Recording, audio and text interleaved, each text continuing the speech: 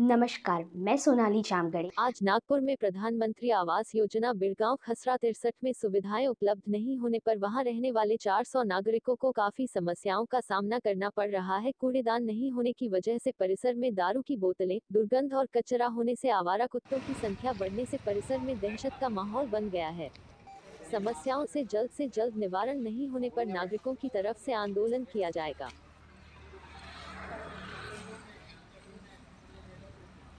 नमस्ते, मी निलिमा डोबले।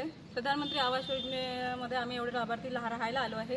इथे बऱ्याचशा समस्या अशा आहे की लोकांना बऱ्याचशा समस्यांना तोड द्यावं लागून राहिलं। सरकारने आम्हाला घरे तर दिली आहे, तिथे बऱ्याचशा सुविधाही दिल्या आहे, पण जी मेन आहे कचऱ्याची प्रॉब्लेम ती आमची सॉल्व्ह नाही करून दिली आहे। जसं आता घरातला कचरा निघाला तर कुठे टाकायचा, कोणी कुठे टाकतात, कोणी रस्त्यावर टाकतात, कोणी फ्लॅटच्या बाजूला टाकतात। त्याच्यामुळे जी घाण होऊन राहिली आहे आता ह्या डेंग्यूच्या प्रसारामध्ये तर ते अति जास्त होऊन राहिली आहे।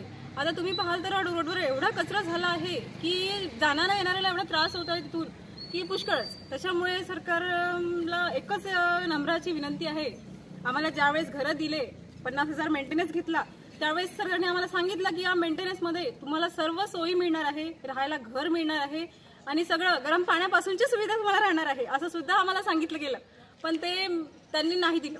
ते सगळं अधुरे आहे।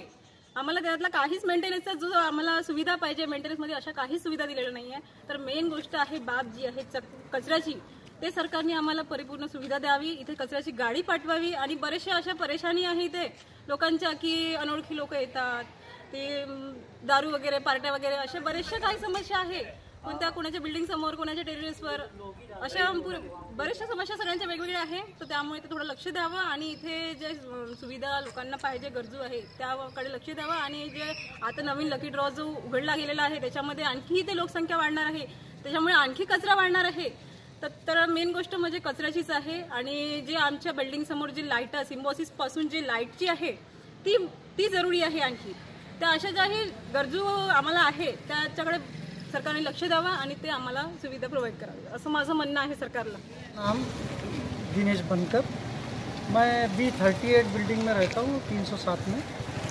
मेरा कहना इतना ही है कि जो मैडम ने अभी बताया कि कचरे की सुविधा नहीं है, असामाजिक तत्व के लोग यहाँ आते हैं, वो एंट्री कैसे करते हैं और जिस तरीके से एंट्री करते हैं वो एंट्री के लिए इन लोगों की तरफ से क्या सुविधा दी गई है। उसके अलावा अभी रात बिरात हम लोगों को भी आना पड़ता है, तो उसमें जो स्ट्रीट लाइट है वो स्ट्रीट लाइट लगाए नहीं गए हैं, जिसके कारण हम लोगों को असुविधा होती है।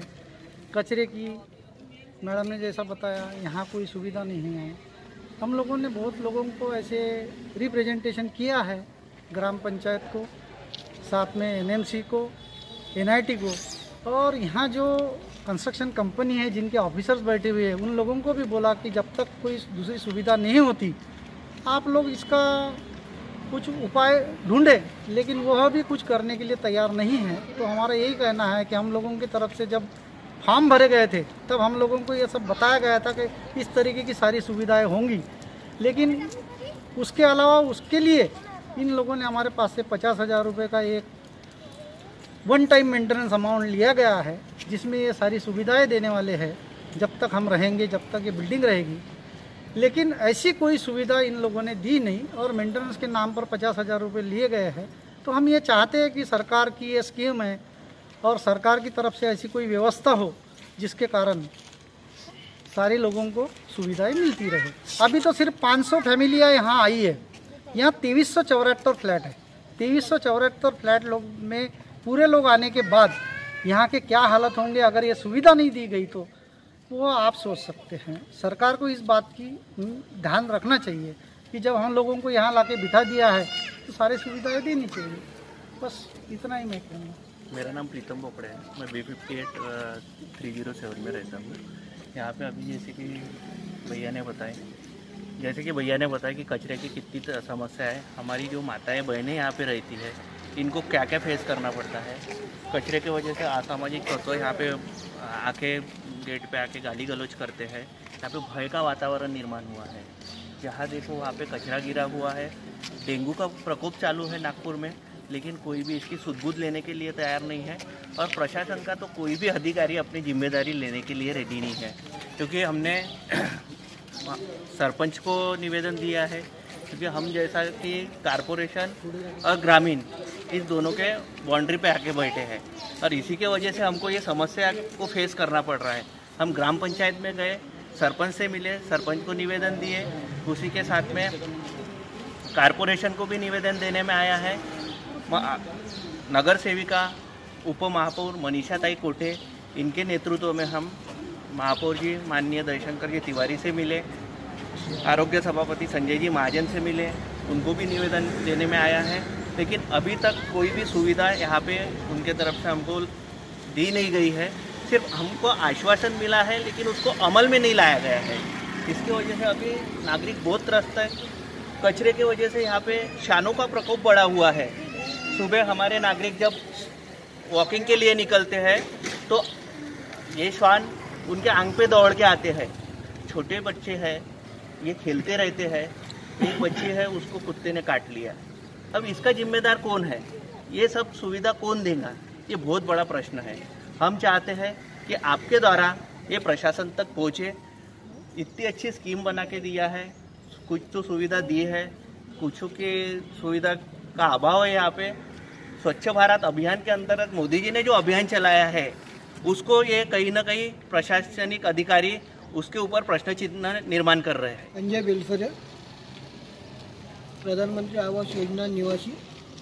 माननीय प्रधानमंत्री नरेंद्रजी मोदी आणि नितीनजी गडकरी केंद्रीय मंत्री यांनी एवढी चांगली स्कीम उभी करून इथे फक्त कचऱ्याची समस्या आहे असं वाटते आम्हाला का इथले अधिकारी, नागपूर शहरातले आणि ग्रामीणचे अधिकारी जेवढे काही आहे त्यांनी हा कचरा न उचलायचा निर्णय घेतला आहे आणि फक्त नितीन गडकरी आणि माननीय प्रधानमंत्री हे फक्त हेच कचरा उचलन, कारण की स्कीम यांनी बनवली आहे तर फक्त हेच कचरा उचलन असं आम्हाला वाटते। आम्ही आता हे निवेदन घेऊन नितीन गडकरी साहेबांपर्यंत पोहोचणार आहोत आणि त्यांनाच सांगणार आहोत की साहेब तुम्हालाच आता हे काम करावं लागणार आहे, बाकी इथला कोणताही अधिकारी कोणीच काही करू शकत नाही, हेच काम तुम्ही करा आणि फक्त कचरा उचलायचं काम तुम्ही करा। बाकी नागपूर शहराला जे तुम्ही विकास देऊन राहिला ते फोडून द्या आणि हा विकास कचऱ्याचा विकास तुम्ही हे करा। मैं GS राउत बिल्डिंग नंबर 56 में रहता हूँ। पिछले 3 से 4 महीने से यहाँ रह रहा हूँ मैं। अलग अलग लोगों ने ग्रुप बना के ग्राम पंचायत में, NMC में जाके अलग अलग समस्या, NIT में जाके समस्या, मेन समस्या तो कचरे से लेकर है। कचरे के बारे में बहुत सारे लोगों ने समस्या के वहाँ पे अपना रिक्वेस्ट दिया है, लेकिन उसके ऊपर में किसी ने कुछ भी, मतलब जस्ट ग्राम पंचायत वाले बोलते हैं कि हमको 2 एकड़, ऐसे हमने सुनने में आया है, 2 एकड़ ज़मीन देंगी NIT, फिर यहाँ पे कचरे की गाड़ी आएगी उठा के लेके जाएगा। ऐसी और भी खबरें जानने के लिए देखते रहिए पब्लिक न्यूज़ इंडिया।